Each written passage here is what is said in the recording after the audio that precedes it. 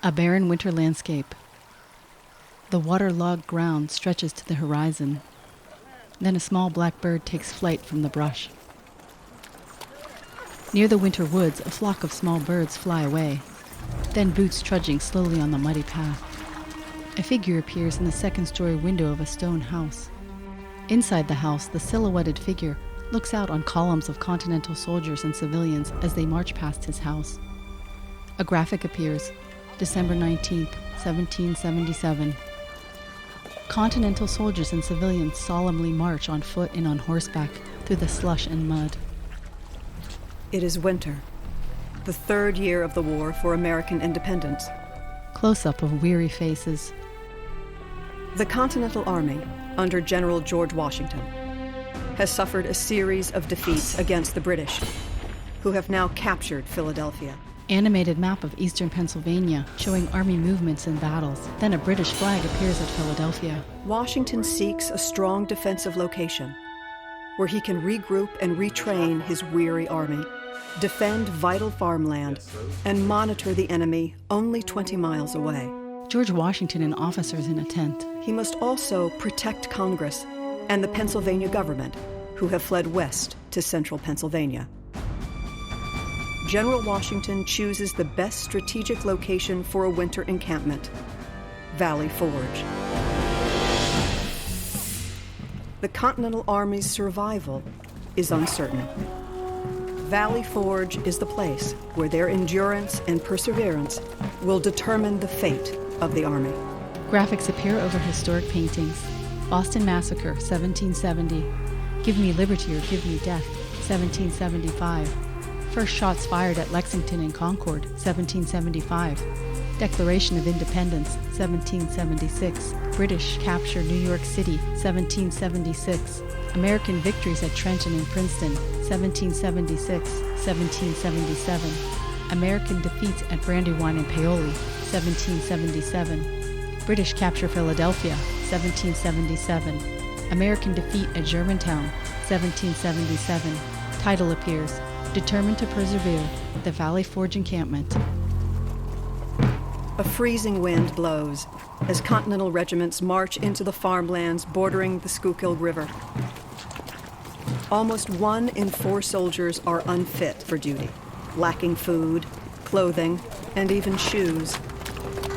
Hundreds of civilians follow the Army, including soldiers' wives and their children. Young children walking through the mud.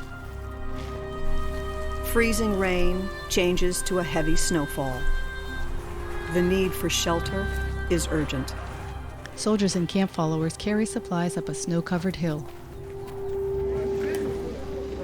Tents and brush huts are erected first, but are little comfort from the harsh winds sweeping over empty fields. A woman lays straw inside a brush hut. Then a frying pan. Meals consist of fire cake, a meager bread made of flour and water cooked over a fire. Surgeon Albigence Waldo. The Lord send that our commissary of purchases may live on fire cake and water till their glutted guts are turned to pasteboard. Soldiers walking past tents. Then a large leafless tree falls to the ground. Soldiers in the distance chop felled trees. To protect against the elements, soldiers begin building log huts, cutting down every tree for miles. Soldiers and camp followers work together in a muddy field. A soldier sawing a log. Soldiers lay logs for a cabin. An axe cuts at a log. A man hammers shingles on a cabin roof. With a fire in the hearth, the huts provide tolerable comfort for those inside. Washington rents a nearby stone house for his headquarters, where he meets regularly with his officers, including Henry Knox, Nathaniel Greene, and later Alexander Hamilton and the Marquis de Lafayette. With food, provisions, and funds lacking, the Army is in a desperate situation. Washington has requested immediate assistance from the President of Congress. General George Washington. Unless some great and capital change suddenly takes place, this army must inevitably be reduced to one or the other of these three things: starve, dissolve, or disperse. A soldier on sentry duty stands in the rain. The arrival of more than 12,000 soldiers and camp followers and the building of more than 1,000 huts transforms the rural farmland into a kind of city, now the fourth largest population in the 13 states. Soldiers and camp followers working in the smoky camp. Then engineers throw a measuring chain. To defend against a potential British attack, engineers oversee construction of miles of trenches and 5 earthen redoubts at strategic high points. Sharpen poles of the redoubt. Soldiers use shovels to build fortifications. A soldier sharpens the end of a log. Muddy roads and a lack of wagons often prevent supplies from reaching camp. A soldier knocks at the door of a farmhouse. The Continental Army seeks food from local farmers, offering devalued paper scrip, which many initially refuse. The farmer waves away soldiers and closes his door. Instead, some civilians sell their goods to the British Army in exchange for Britain's hard currency. A British soldier puts coins into the hands of another farmer. If caught, they face arrest and a military court-martial. Continental soldiers and officers had expected greater assistance from the local civilians. General Nathaniel Greene. We are almost ready to think sometimes that our services are despised, and that our country are determined we shall struggle with cold and hunger without their aid. 2 Continental soldiers stand around a fire pit in a snow-covered field. A foul stench hangs over the encampment, and unsanitary conditions contribute to epidemic disease. A bucket of wastewater is emptied onto the path. Up to 2,000 soldiers die during the Valley Forge encampment, not from any battle, but from typhus, typhoid, dysentery, influenza, and pneumonia. Soldiers carry away a body wrapped in cloth. Washington understands that outbreaks of disease could incapacitate the Army and issues strict orders to improve sanitation. Men and women caring for the sick. Smallpox also plagues the Continental Army, killing 1/3 of those infected. General George Washington. Smallpox is more destructive to an army in the natural way than the enemy's sword.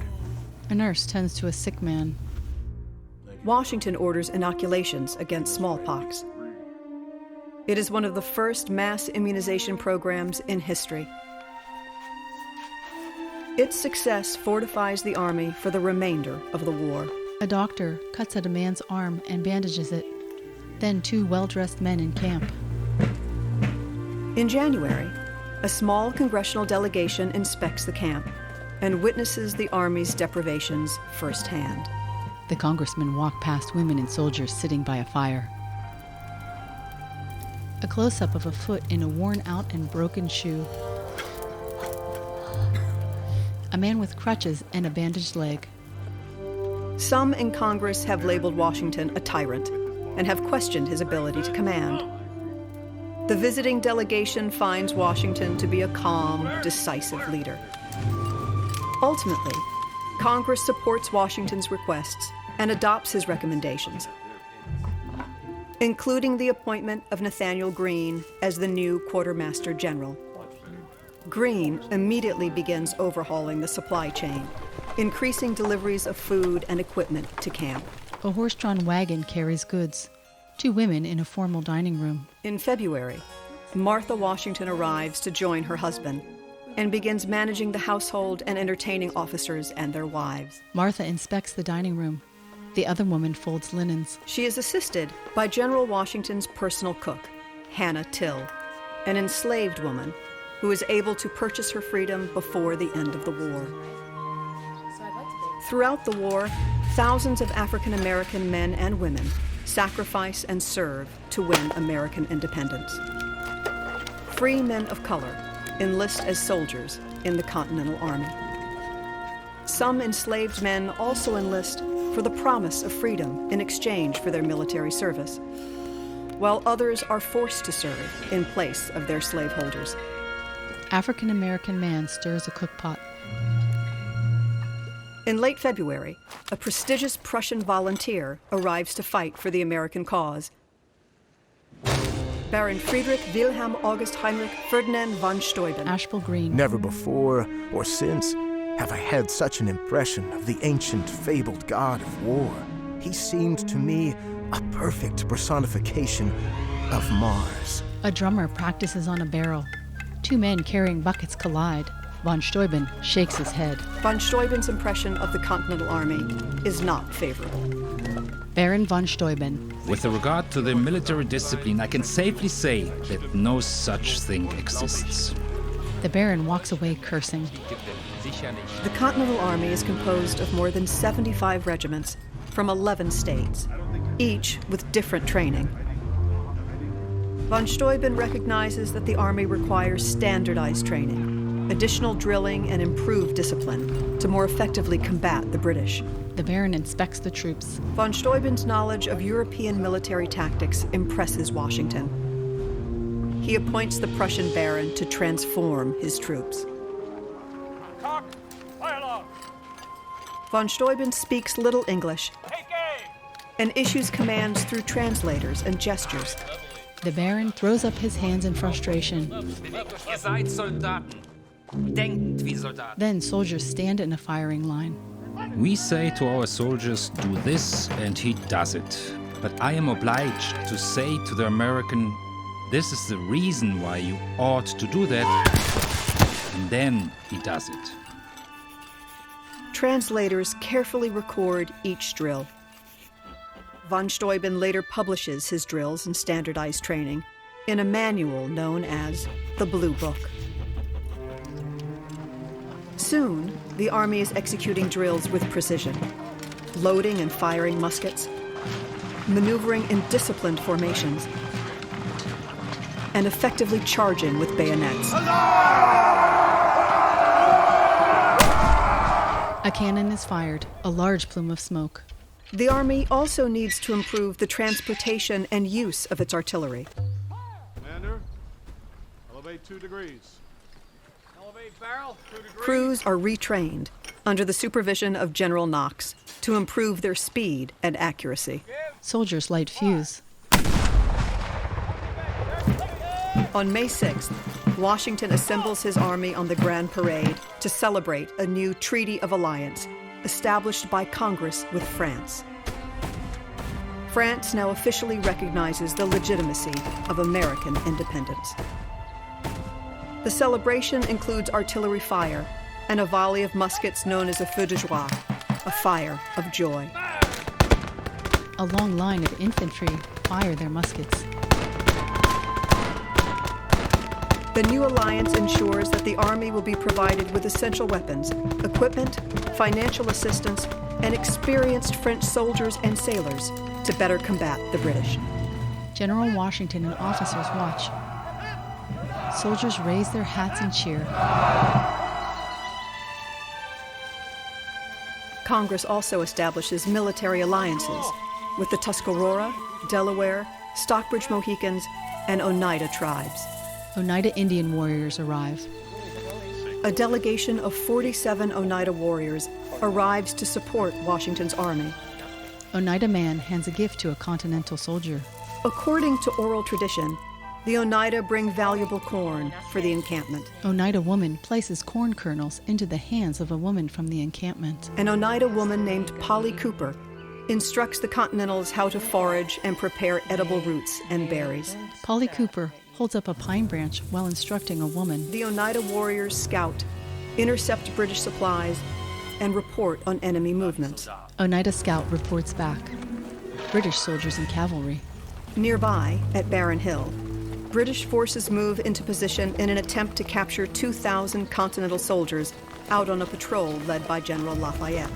Oneida warriors move quietly in the woods and raise their muskets.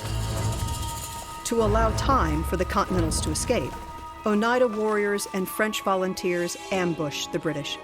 British soldiers marching. A firefight erupts, muskets producing white smoke with each shot. British and Oneida trade shots. A British soldier falls to the ground. 6 Oneida warriors are killed, and 2 are captured in the skirmish. Their valiant efforts help prevent a disaster. Washington addresses the Oneida group. Washington recognizes their bravery and contributions to the American cause. Brothers, you have been with us a long time and behaved faithfully. I would confirm to you the goodwill of my heart towards all of your nation, the good Oneidas. On June 18th, the British abandoned Philadelphia. They must divert troops to protect their territories from France in what is now a global war. The Continental Army marches in disciplined formation. The next day, with renewed confidence and resolve, nearly 14,000 troops depart Valley Forge in pursuit of British forces. The Army marches past an elderly farmer. Over the last 6 months, the Continental Army has transformed itself into a more professional and formidable fighting force. Columns of soldiers marching. Still, General Washington, his army, and its followers face 5 more years of war, and even harsher winter encampments. Elkanah Watson. My heart bled at the recital of their sufferings the past winter. Exalted virtue and patriotism, and the strong attachment of the officers to General Washington only, held the army together. Washington on horseback watching the troops. The outcome of the war remains uncertain. But the men and women of Valley Forge are determined to persevere in their fight for American independence. The soldiers march on. Private Joseph Smith. The well-fed, well-clothed British soldiers have not the slightest idea of our sufferings and deprivations. But my countrymen possess the spirit to conquer or die. Montage of people persevering at the encampment. Then soldiers charge with bayonets. Text appears. 9 days later, the improved Continental Army battles the British at Monmouth, New Jersey. After a day of brutal fighting, the British withdraw. African Americans, American Indians, and women continued to serve and sacrifice throughout the remainder of the American Revolution. Many of their contributions remain untold. The reforms implemented by the Continental Army at Valley Forge are why many historians consider Valley Forge to be the birthplace of the modern U.S. Army. Elements from von Steuben's Blue Book are still used to train American soldiers today. Credits appear. Narrator, Laura Linney. Producers, Peter Argentine, Eric Argentine. Directors, Peter Argentine, Per Argentine. Director of Photography, Jeff Garten. Composer, Todd Hayen. Writer, Peter Argentine. Editor, Per Argentine. Audio description, Mia Bocella. For Valley Forge National Historical Park, Superintendent Steve Sims. Chief of Interpretation, Jonathan Parker. Supervisory Park Ranger, Bob Donnelly. For Harper's Ferry Center, Amber Kodges, Audio-Visual Production Specialist. Produced for the National Park Service by Argentine Productions. A presentation of the National Park Service, U.S. Department of the Interior.